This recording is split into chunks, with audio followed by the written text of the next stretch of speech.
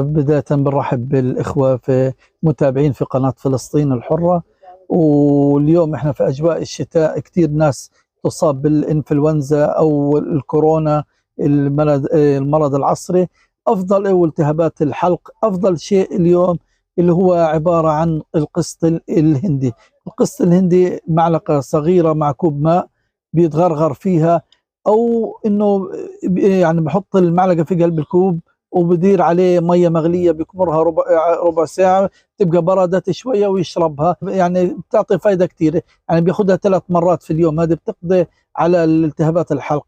ايضا عندنا الليمون مع العسل مع الكركم كثير كويس، ولو معلقه زيت زيتون كمان كثير كويسه للشغلات هذه.